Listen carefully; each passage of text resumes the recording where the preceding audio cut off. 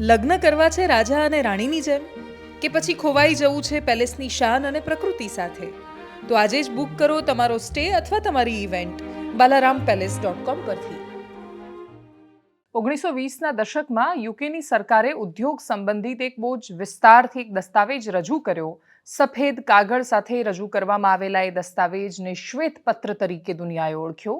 White paper ઉર્ફે શ્વેતપત્ર ઉર્ફે સફેદ કાગળ એ સરકારો માટે પોતાની ઉપલબ્ધિઓ અને સામેવાળાની નિષ્ફળતાઓ બતાવવા માટેનો એક વિસ્તારથી એક વિસ્તૃત અહેવાલ તરીકે વારંવાર એનો ઉપયોગ થયો છે. એટલો વારંવાર નહીં જેટલો રાજનીતિમાં 10મી ફેબ્રુઆરીએ થવાનો છે. પણ એ વ્હાઇટ પેપરની સામે વિપક્ષે બ્લેક પેપર રજૂ કર્યું છે. વિપક્ષ કહે છે બધું કાળું છે, સત્તા કહે છે બધું ધોળું છે, પણ એ બધાની વચ્ચે એક ધૂંધળું ભૂખરું ગ્રે અવસ્થા છે. અને એ ગ્રે અવસ્થામાં મોટાભાગના ભારતીયોનો, મોટાભાગના પક્ષોનો સમાવેશ થાય છે. કમનસીબે કોઈ એ સ્વીકારવા તૈયાર નથી કે અમે પણ થોડા કાળા છીએ, અને કોઈ એ વાત સ્વીકારવા પણ તૈયાર નથી કે અમારી સફેદી હવે ખાસી ઓછી થઈ ગઈ છે. નમસ્કાર, આપની સાથે હું દેવાંશી.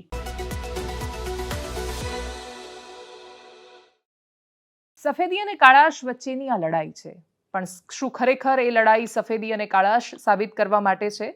શું ખરેખર એ લડાઈ બ્લેક અને વ્હાઇટ મુદ્દાઓ માટે છે? એ લડાઈ છે રાજનીતિમાં 2024માં લોકસભાની ચૂંટણીમાં ભારતીય ગણરાજ્યના સિંહાસનના સર્વોચ્ચ સ્થાન પર પહોંચવા માટે. સર્વોચ્ચ સ્થાન પર એવા આંકડા સાથે પહોંચવા માટે કે જેથી ઇતિહાસ યાદ રાખે. છેલ્લા કેટલાય વર્ષોથી ભારતીય રાજનીતિ હવે ઇતિહાસમાં યાદ રખાય એના માટે કામ કરતી થઈ રહી છે. ઇતિહાસમાં યાદ રહેવું અને ભવિષ્યને વિચારીને નિર્ણય કરવો એ અદ્ભુત શૈલી છે. પણ એની સાથે એ પણ તમારે જોવું પડે કે વર્તમાન ક્યાંય કોમ્પ્રોમાઇઝ નથી થઈ રહ્યું ને. વર્તમાનની આજુબાજુ ઘણા બધા પ્રશ્નો છે. 10મી ફેબ્રુઆરી સુધી સત્ર લંબાવવામાં આવ્યું છે. ભારતીય સંસદમાં કાર્યકાળમાં એક દિવસ સત્રમાં ઉમેરવામાં આવ્યો. એનો આશય એ છે, બજેટ સેશનમાં જ નાણામંત્રી નિર્મલા સીતારમણ એના વિશે વાત કરી ચૂક્યા હતા અને એમણે કહ્યું છે કે સરકાર શ્વેતપત્ર લાવશે. એ શ્વેતપત્રની અંદર 2014 પહેલા યુપીએનું જે શાસન હતું 2004થી લઈને 14 સુધી, એ 10 વર્ષના સમયગાળામાં કેવી રીતે આર્થિક પરિસ્થિતિઓ દેશની અતિશય ખરાબ હતી, દેશ ખૂબ સંકટમાં હતો અને સરકાર આવી અને એને ઉઘાર્યો. પ્રશ્ન એ પણ થયો, ઘણા બધા લોકોએ જે તે સમય પૂછ્યું પણ ખરું કે તમને 10 વર્ષ પછી યાદ આવે છે કે દેશ સંકટમાં હતો? તો એનો જવાબ પણ એની અંદર આજે જે રજૂ કરવામાં આવ્યું કે જેના વિશે વાત કરવાની છે, એમાં સ્પષ્ટ રીતે કહેવાયું કે એ વખતે જો અમે કહેતા કે દેશ સંકટમાં છે તો સામાન્ય માણસનો ભરોસો તૂટતો, ભારતીય અર્થવ્યવસ્થા ભાંગી પડતી અને બધા લોકોને લાગતું કે ભારત સંકટમાં છે ને એટલા જ માટે અમે અમારી રાજનીતિ નહીં પણ દેશને પ્રથમ રાખ્યો. હવે 10 વર્ષ થયા છે, અર્થવ્યવસ્થા સ્થિર છે, બધું જ સરસ છે, સમૂહસૂત્રું બધું પાર પડી ગયું છે. હવે આજે અમે નક્કી કરી રહ્યા છીએ કે શાસનના 10 વર્ષ પછી અમે આટલું બધું માંડ પાટા પર લાવી શક્યા છીએ. અમે હજુ વધારે અદ્ભુત કરી શકતા જો યુપીએ સરકારે આટલી ભૂલો ન કરી હોત.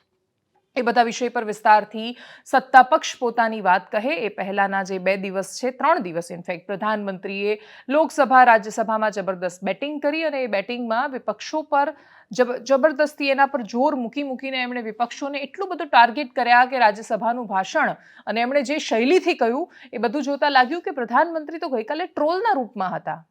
એવા ટ્રોલ જેના વિશે બધા જ લોકો ટીકા કરે છે કે ભાષા એ પ્રકારની ન હોવી જોઈએ કે જેના કારણે એવું લાગે અને એ ભેદ ભૂલાઈ જાય કે દેશના પ્રધાનમંત્રી આ લખી રહ્યા છે ટ્વિટર પર કે પછી દેશની સંસદમાં બોલી રહ્યા છે.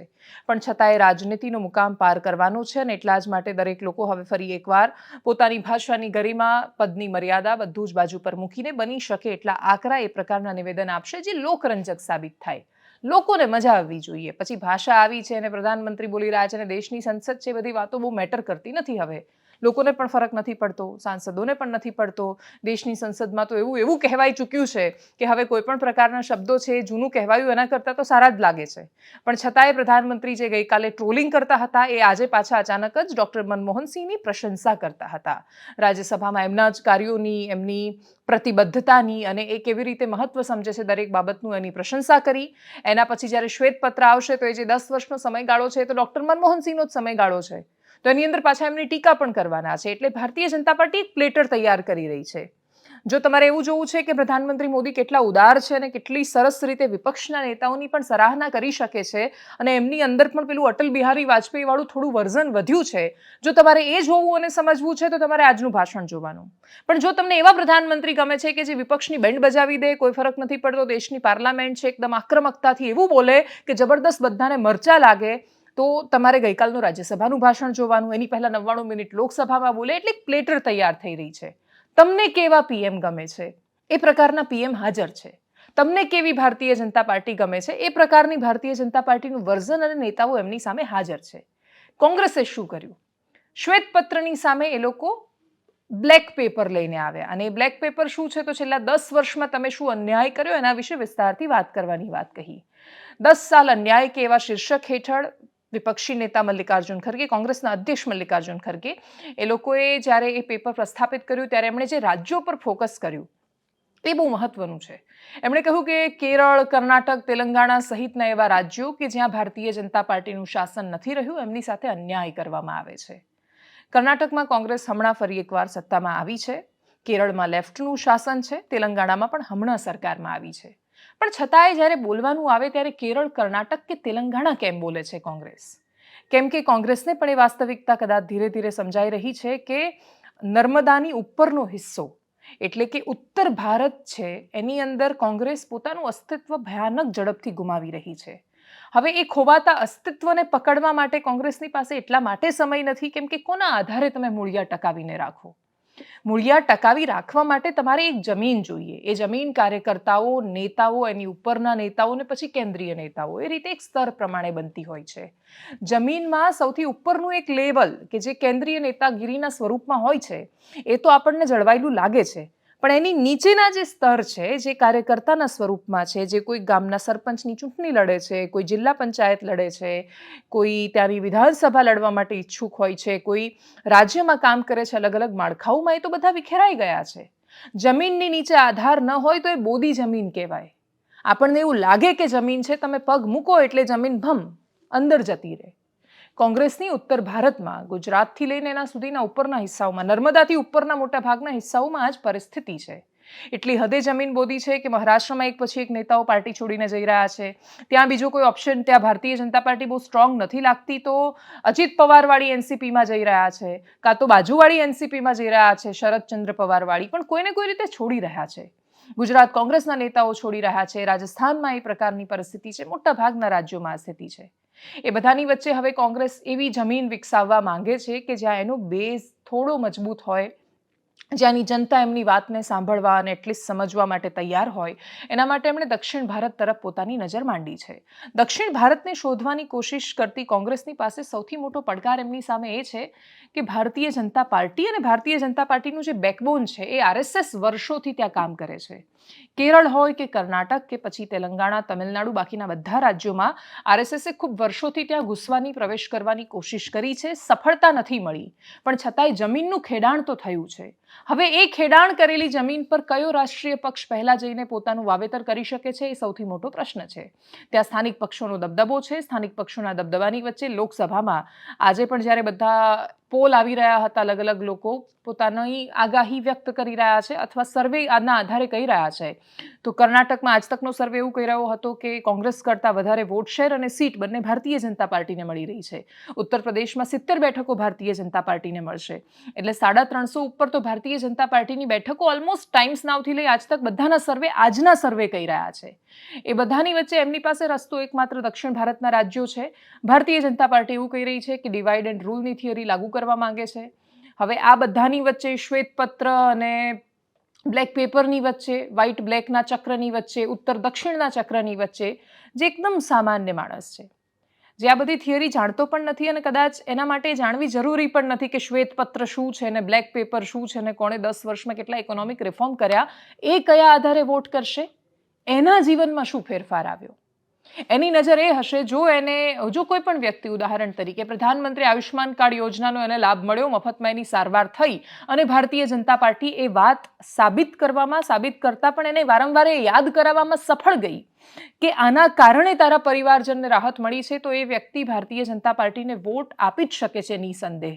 બીજી બાજુ કોઈ એવો યુવાન કે જેને 10 વર્ષમાં નોકરી ન મળી, સરકારી નોકરીના ઠેકાણા ન પડ્યા, સેનામાં વિચાર્યું તો અગ્નિવીર આવ્યું, રેલવેમાં પણ બહુ બધા લોચા થયા, પેપરો ફૂટ્યા, હેરાન થયો અને પછી એ પરેશાન થતાં થતાં કાં તો પ્રાઇવેટમાં એવી રીતે અહીંયાથી ત્યાં અથડાતો હોય કોર્પોરેટ્સમાં, અને એને જો વિપક્ષ એ વાતમાં કન્વિન્સ કરી શકે કે આ સરકારની નીતિઓના કારણે તારી આ પરિસ્થિતિ છે, તો એ છોકરો કોંગ્રેસને અથવા બીજા કોઈને વોટ આપી શકે છે.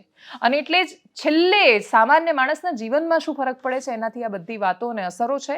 દેશમાંથી શું પ્રતિક્રિયાઓ સામે આવી, મલ્લિકાર્જુન ખડગેએ શું કહ્યું, એ બધું જ સાંભળીએ ને એના પછી પ્રધાનમંત્રીને સાંભળીશું. ब्लैक पेपर अगेंस्ट दी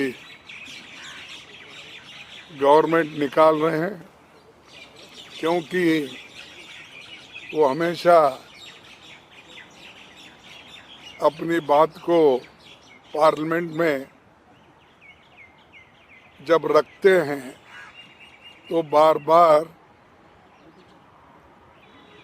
अपनी कामयाबों को सुनाते हैं और उनके फेल्यूर्स को छुपाते हैं. और जो हम उनके फेल्यूर्स के बारे में भी जब कहते हैं तब भी हमको उतना उसको महत्व नहीं दिया जाता है. महंगाई तो इतनी बड़ी है तो वो नेहरू के ज़माने की कंपेयर करते हैं, इंदिरा गांधी जी के कंपेयर प्राइसेस उस वक्त क्या थे वो अरे आज आप क्या कर रहे हैं वो महत्व का है. You are ruling today. इस इन्फ्लेशन को कंट्रोल करने के लिए आपने क्या कदम उठाया ये महत्व का है, ना कि आज़ादी के पहले क्या था, फिर नेहरू जी ने क्या किया, इंदिरा जी ने क्या किया, राजीव ने क्या किया. क्योंकि कांग्रेस को तो आप गालियां देते दे दो, लेकिन ये मेन समस्या है महंगाई का. आपने इसको खाने पीने के सामान जो उसको कंट्रोल करना था वो नहीं किए. नहीं देखिए, भी तो जब आएगा तब उसके बारे में चर्चा होगी. लेकिन मैं इतना जरूर करूँगा, कांग्रेस कहती है कि मैं ब्लैक पेपर लाएंगे. अब ब्लैक का काम किया है तो ब्लैक पेपर ही ला सकते हैं.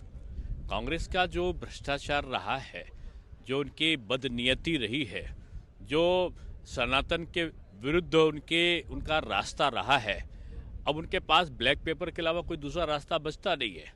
श्वेत पत्र झूठा है, छलावा है.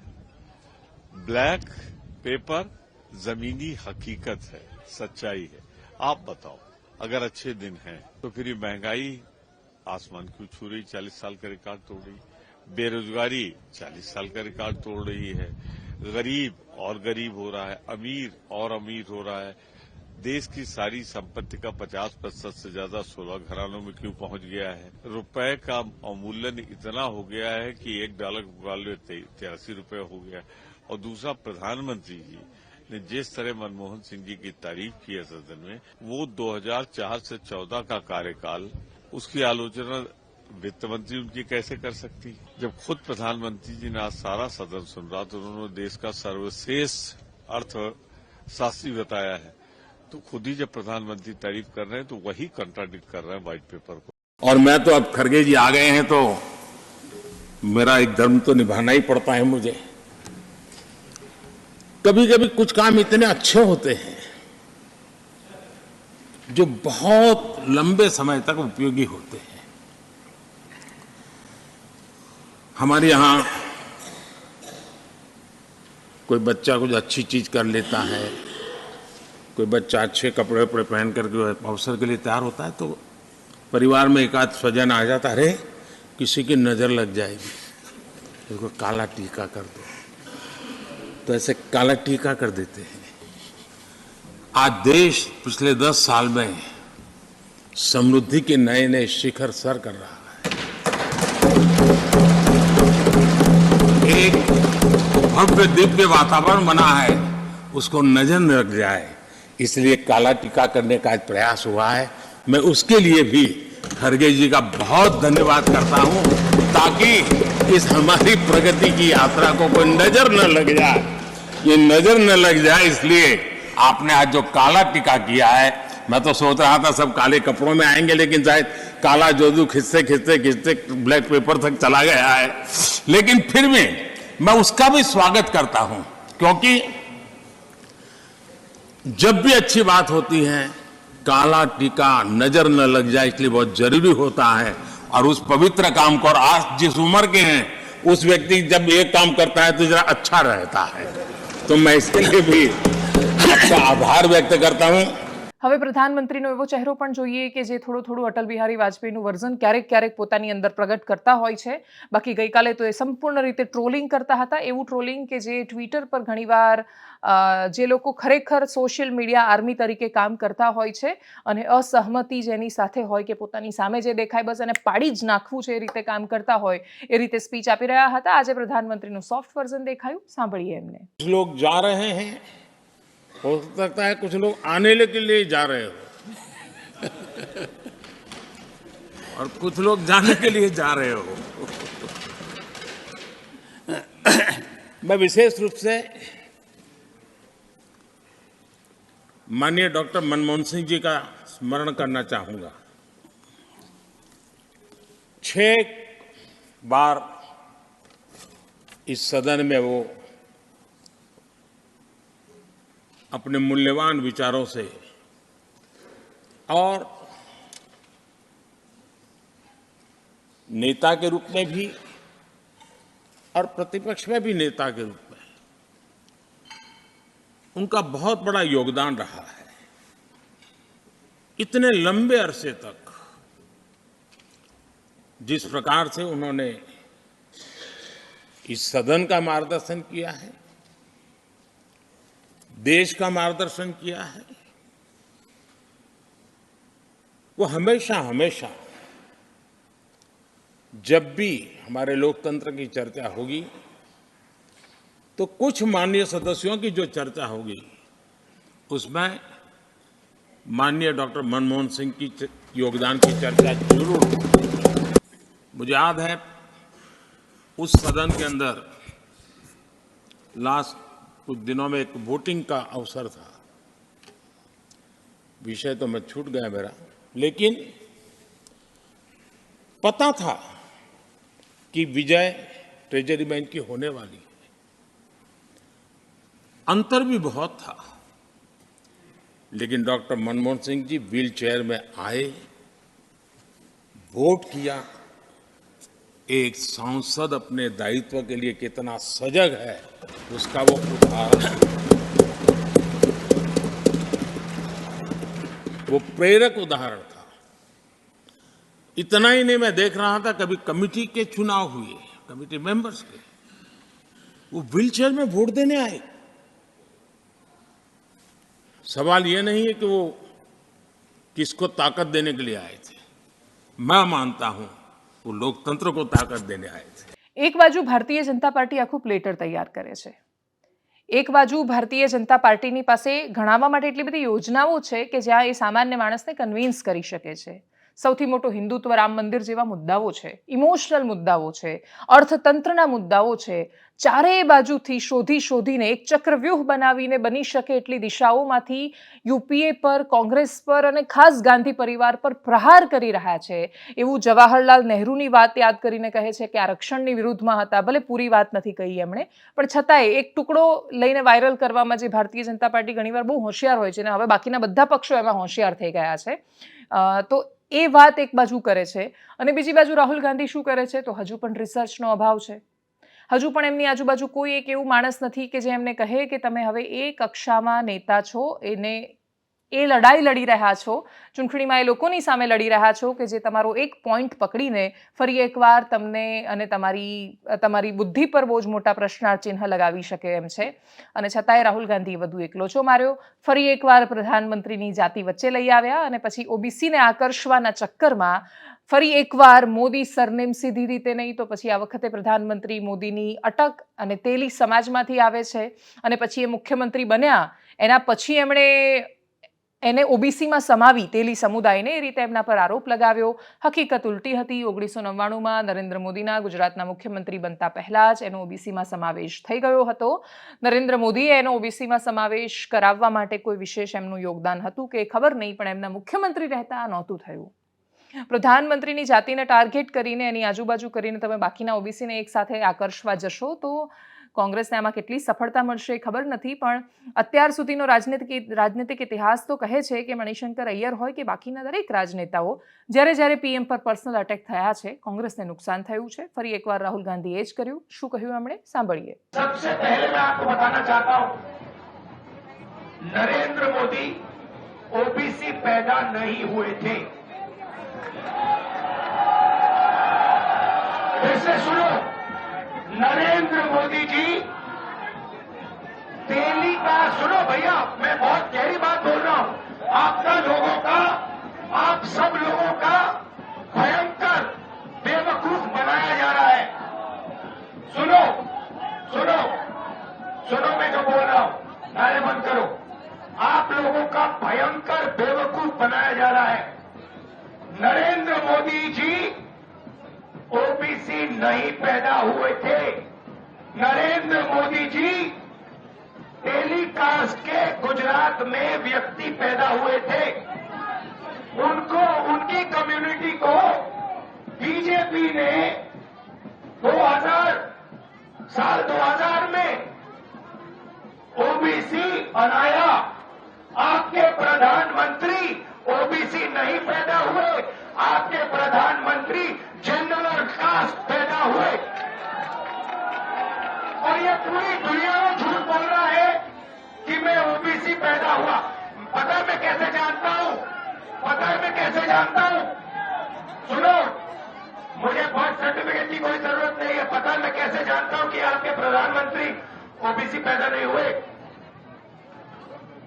वो किसी ओबीसी से गले नहीं मिलते. वो किसी किसान का ऐसे हाथ नहीं पकड़ते, वो किसी मजदूर का हाथ नहीं पकड़ते, वो सिर्फ अदानी जी का हाथ पकड़ते हैं.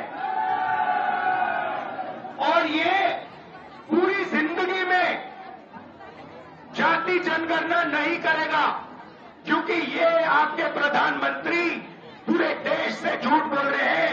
ये ओबीसी नहीं पैदा हुए, ये जनरल कास्ट के आदमी है. ये ओबीसी जाति जनगणना कभी नहीं करने देगा. लिख के ले लो, जाति जनगणना का काम कांग्रेस पार्टी और राहुल गांधी करके दिखाएगा. આગળ વાત ગુજરાતની કરીએ. ગુજરાતમાં ધુઆધાર તમદાર બોલવાવાળા કાજલ હિન્દુસ્તાની ઘણીવાર વિવાદિત બોલે છે, આક્રમક બોલે છે, ધર્મમાં એકબીજાના માનસમાં ભાગલા કરાવે એવું કટ્ટર પણ બોલે છે. એમની સામે ઘણીવાર પગલાં પણ લેવામાં આવ્યા છે, જેલમાં પણ જઈને આવ્યા છે. ગુજરાત રાજ્યની સરકારે એમની સામે પગલાં લીધા છે અને જેલમાં મોકલ્યા છે.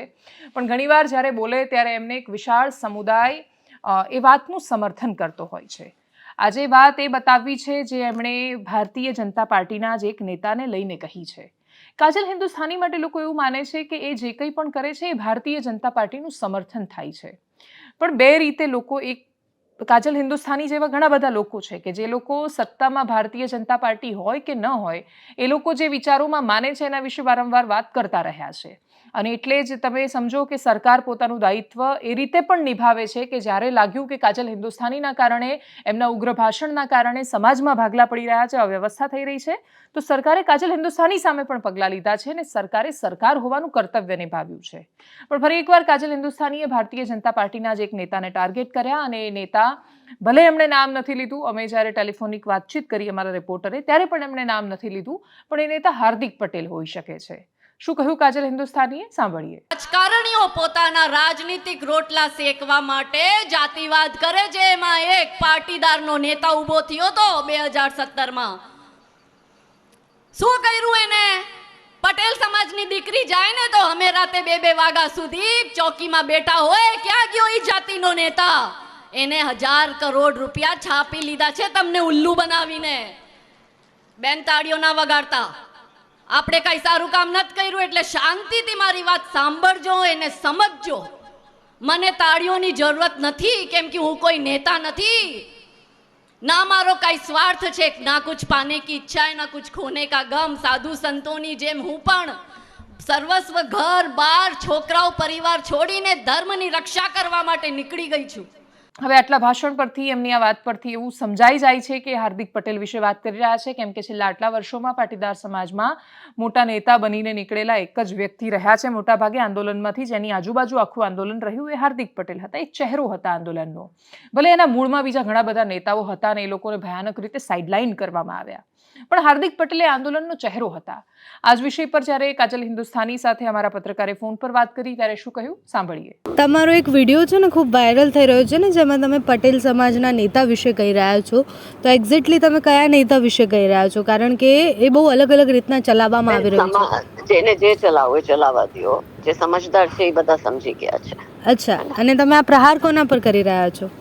હું કોઈ ઉપર પ્રહાર નથી કરતી, હું સમાજને એક કરવાનું કામ કરું છું। જેને પર્સનલી લેવું એ લઈ શકે, એના ઉપર મારો કઈ કંટ્રોલ નથી। 100 મગજ 100 વિચાર છે, બધાને સ્પષ્ટીકરણો દેવા જઈ નથી શકતી, પણ હિન્દુ એકતાની વાત કરું છું ને અહીંયા હિન્દુ એકતાની વાત કરી છે। પછી જેને જેના ઉપર લેવું એ લઈ લે। ચોર કી દાઢી મેં તિનકા, એટલે જો તેઓ ચોર હશે એને ખોટું લાગતું હશે, જે સાચો હશે એને નહીં લાગે। અને છેલ્લે એકદમ સુંદર સમાચારની વાત કરીએ। ક્યારે તમે એવી કલ્પના કરી છે કે તમારી બોટલ ખોવાઈ જાય, તમારા માટે બહુ જ કિંમતી છે, પણ તમે પોલીસ પાસે ન જઈ શકો, કેમ કે તમને એવું થાય કે યાર પોલીસ તો લાખ રૂપિયાના દાગીના ચોરાઈ જાય તો એ મદદ નથી કરતી, ઘણીવાર તો મારી બોટલમાં થોડી મદદ કરશે। પણ આપણી પાસે એવો દાખલો છે કે જે વ્યક્તિ, જે પોલીસનું આખું મથક અને સેન્ટર, તમારી બોટલ ચોરાઈ જાય છે, કોઈ વિદ્યાર્થીનું દફતર ચોરાઈ જાય છે કે ખોવાઈ જાય છે, કે પછી એક ભાઈ આવ્યો હતો, એનું કબૂતર હતા તો એનું કબૂતર ખોવાઈ ગયા તો કબૂતર શોધવામાં પણ પોલીસે મદદ કરી હતી। કોઈનું 70,000નું લેપટોપ શોધી આપે છે, કોઈના લાખ રૂપિયાના દાગીના શોધી આપે છે, કોઈ મેળામાં આવેલા સાધુ સંતોનો થેલો ખોવાઈ જાય તો એ પણ એટલી જ શિદ્દતથી સરસ રીતે શોધી આપે છે। જગ્યા ફરી એકવાર જુનાગઢ છે, જુનાગઢનું નેત્રમ છે અને ત્યાં એસપી ઓફિસ છે, ત્યાં વિશ્વાસ પ્રોજેક્ટ છે। ગુજરાત સરકારનો આ પ્રોજેક્ટ છે, જ્યારે શરૂ કરવામાં આવ્યું ત્યારે એના ઘણા બધા ફાયદા બતાવાતા હતા, પણ એ ફાયદા ખરેખર સાર્થક ક્યાં થયા? વિશ્વાસ પ્રોજેક્ટ શું છે? તો એના હેઠળ ગુજરાતમાં આખા રાજ્યમાં 7,000 સીસીટીવી લગાવવામાં આવ્યા। એ 7,000માંથી 285 કેમેરા જુનાગઢમાં લગાવવામાં આવ્યા। હવે આ 7,000 કેમેરાનો ઉદ્દેશ્ય ખાલી તમે ઓવર સ્પીડમાં ગયા કે પછી ઝીબ્રા ક્રોસિંગ ક્રોસ કર્યું તો તમારો ફોટો પાડીને તમારા સુધી ચલણ પહોંચાડવાનો નથી, પણ ગુનાનું ડિટેક્શન કરવામાં, શોધવામાં અને કદાચ માણસોના મગજમાં એ ફિટ થઈ જાય કે અહીંયા સીસીટીવી છે તો ગુનાના પ્રિવેન્શનમાં પણ, એની રોકમાં પણ કામ લાગી શકે એમ છે। અને એટલે જ આ પ્રોજેક્ટ હેઠળ સરકારે કામ તો શરૂ કર્યું, પણ તમે કેમેરા લગાવી દો, તમારો પોલીસ સ્ટેશનનો અનુભવ કેવો હશે ખબર નથી, પણ અમે થોડા સમય પહેલાં કહ્યું હતું કે પોલીસને પીઆરની કે માર્કેટિંગની જરૂર નથી। પોલીસની માઉથ ટુ માઉથ પબ્લિસિટી બહુ જબરદસ્ત થાય છે કે જો મારી સાથે કોઈ પોલીસના કર્મચારી અદ્ભુત વર્તન કરે છે તો એ હંમેશા મારા મગજમાં ફિટ થઈ જવાનું છે। ત્યાં એક પીએસઆઈ કામ કરે છે, એમનું નામ પ્રતિક મશરૂ છે, અને પ્રતિક મશરૂએ પીએસઆઈ તરીકે મેં જેમ કહ્યું એમ કબૂતર શોધવાથી લઈ, કોઈ છોકરાની બોટલ શોધવાથી લઈને લાખેક રૂપિયાના દાગીના શોધવા સુધીના બધા ગુનાના ડિટેક્શનનું કામ કર્યું છે। આ પ્રોજેક્ટ લાગુ થયા પછી ક્વાર્ટરલી એનું રિવ્યૂ થઈ રહ્યો છે। એવું નથી કે પ્રોજેક્ટ લાગુ કરી દીધો પછી એના વિશે કંઈ કામ નથી થતું, એટલે રાજ્યની ડીજી ઓફિસમાંથી એ તપાસ કરવામાં આવે કે આ વિશ્વાસ પ્રોજેક્ટ હેઠળ સીસીટીવી આપણે જે ઉદ્દેશ્યથી મૂક્યા, રાજ્ય સરકારનો આટલો બધો આપણે ખર્ચો કર્યો, તો એ ખરેખર સારી રીતે લાગુ થઈ રહ્યો છે કે કેમ? તો એના માટે રિવ્યૂ કરવામાં આવે। એમાં 9 ક્વાર્ટરના 10 ક્વાર્ટર થયા અને નવે 9 ક્વાર્ટરના રિઝલ્ટમાં નેત્રમ, જુનાગઢ એસપી ઓફિસ અને ત્યાંનો આ વિશ્વાસ પ્રોજેક્ટ અને આ પીએસઆઈ પ્રતિક મશરૂ એ લોકોને નંબર 1 મળી રહ્યો છે। એટલે તમે વિચારો કે કોઈ વ્યક્તિ શિદ્દતથી સરસ રીતે કામ કરે તો કેટલું સરસ થઈ શકે। જ્યારે આ મારી જાણમાં આવ્યું અને મેં પ્રતિક મશરૂને ફોન કર્યો અને એમને પૂછ્યું કે આ કેવી રીતે એક્ઝેક્ટલી થાય છે, તો એમણે જે વાત કરી એમાંથી એક અંશ બહુ મહત્વનો હતો। એમણે કહ્યું કે આની પહેલાં મેં પ્રાઇવેટ કંપનીમાં કામ કર્યું છે, અને એટલે ત્યાં અમારે કસ્ટમર્સ આવે તો કસ્ટમરને કેવી રીતે સર્વિસ આપવાની, એટલે તમારે ત્યાં આવતા માણસને એટલીસ્ટ તમે બેસાડીને પાણીનું પૂછો, એટલી મારી અંદર સમજ છે। અને એ જ સમજ અમે અહીંયા લાગુ કરી કે તમારે ત્યાં આવતા કસ્ટમરને, કંપનીમાં હોય તો કસ્ટમર, પણ અહીંયા તો રાજ્યના નાગરિક આવી રહ્યા છે, જેના ટેક્સ ઉપર તમને પગાર મળે છે, તો એ રાજ્યના નાગરિકને ત્યાં બેસાડવામાં આવે, એમને પાણીનું પૂછવામાં આવે, સારી જગ્યામાં બેસાડવામાં આવે, એમની સાથે સારી રીતે વાત કરવામાં આવે। પછી કોઈ એવું કહે કે મારું લેપટોપ ખોવાઈ ગયું છે તો એને પ્રાધાન્ય અપાય, પણ કોઈ કે મારું કબૂતર ખોવાયું છે તો એને ધૂતકારીને ચલફટ એમ કરીને કાઢી મૂકવામાં આવે, જરૂરી નથી। એક વ્યક્તિ માટે લેપટોપ 70,000નું જેટલું મહત્વનું છે, એવું જ એક માણસ માટે એની બોટલ કે પછી એનું કબૂતર મહત્વનું હોઈ શકે। અને એટલે જ બધાને સરખી રીતે પ્રાધાન્ય આપીને એ લોકોને સોલ્વ કરવાની કોશિશ કરવામાં આવે છે. પ્રતિક મશરૂએ આગળ એ પણ કહ્યું કે પવિત્ર ભૂમિ છે જૂનાગઢ, અને એટલા જ માટે અમારી સાથે એવું થઈ રહ્યું છે કે જેટલા લોકો આવે એટલા લોકોને મોટા ભાગના એમાંથી એ લોકોને એમના પ્રશ્નો સોલ્વ કરવામાં અમને સફળતા મળે છે. પછી આગળ જતાં એમણે આ જ બધા વિષયોના વિડીયોઝ એ જૂનાગઢ પોલીસના હેન્ડલ પરથી અલગ અલગ ઇન્સ્ટાગ્રામ, ટ્વિટર બધે મૂકવાના શરૂ કર્યા. એના આધારે હવે જૂનાગઢના પ્રત્યેક નાગરિકને ખબર છે કે જો એમની કોઈ વસ્તુ ચોરાઈ જાય છે કે ખોવાઈ જાય છે તો સીસીટીવીના માધ્યમથી એમને જૂનાગઢ પોલીસ મદદ કરશે. પોલીસ જ્યારે આ મદદ કરે છે ત્યારે વિશ્વાસ ખરા અર્થમાં સાર્થક થાય છે, અને પોલીસ માટે માણસોના મનમાં એટલી સુંદર અને સ્વચ્છ ઇમેજ એની પેદા થાય છે કે એના જીવનમાં કોઈ પણ મુશ્કેલી આવશે તો એને પોલીસ સ્ટેશનના પગથિયા ચડતા ડર નહીં લાગે. એને થશે કે મને પહેલી મદદ અહીંયાથી મળવાની છે. અને એટલે જ કોઈ સરસ કામ કરી રહ્યું છે તો રાજ્યના પોલીસ વડા અને વિભાગ એને સરસ રીતે સરાહના પણ કરી રહ્યું છે. એટલે બહુ સુંદર તસવીર છે. ઘણા બધા વિડીયોઝ છે એના ડિટેક્શનના, બધા તો નથી બતાવવા, પણ કબૂતર કેવી રીતે ખોવાયા હતા એનો વિડીયો પણ એમણે મૂકેલો છે ઇન્સ્ટાગ્રામ પર. તો કબૂતર કેવી રીતે શોધાયા એનો વિડીયો જોઈએ. મારું નામ પિયુષ મોકરિયા છે, હું વિસણવેલનો રહેવાસી છું, અને ગઈકાલે હું જુનાગઢ ગયેલો. ટૂંકમાં કેરીનું બોક્સ હતું અને એ બોક્સમાં કબૂતર મારું હતું. મેં નેત્રમ પોલીસ સ્ટાફ જુનાગઢને ફરિયાદ નોંધી કે આવી રીતે મારું બોક્સ ચોરાયેલું છે, એમાં કબૂતર હતું, બરાબર. એને મને સ્ટાફે સહાય કરી અને બતાવ્યું છે કે કૂતરું તમારું જે પાર્સલ ખોખું હતું, પાર્સલ એમાં કબૂતર હતું, એ કૂતરું લઈને જઈ ગયેલું હતું, અને મારું બોક્સ મને મળી ગયું છે. અને નેત્રમ પોલીસ સ્ટાફ જુનાગઢ અને જુનાગઢ પોલીસનો ખૂબ ખૂબ આભાર. એનાલિસિસમાં અત્યારે બસ આટલું જ. અપેક્ષા રાખીએ કે રાજ્યના દરેક પોલીસ સ્ટેશનમાં નાગરિક માત્ર પ્રત્યે આટલા જ સરસ રીતે, સારી રીતે વાત કરવામાં આવે. પોલીસનો અને નાગરિકનો બંનેનો એકબીજા પ્રત્યેનો વિશ્વાસ, પરસ્પર પ્રેમ એ બધું વધે અને આપણું રાજ્ય ઉન્નતિ કરે, આ દેશ સમૃદ્ધ બને વધારે. નમસ્કાર.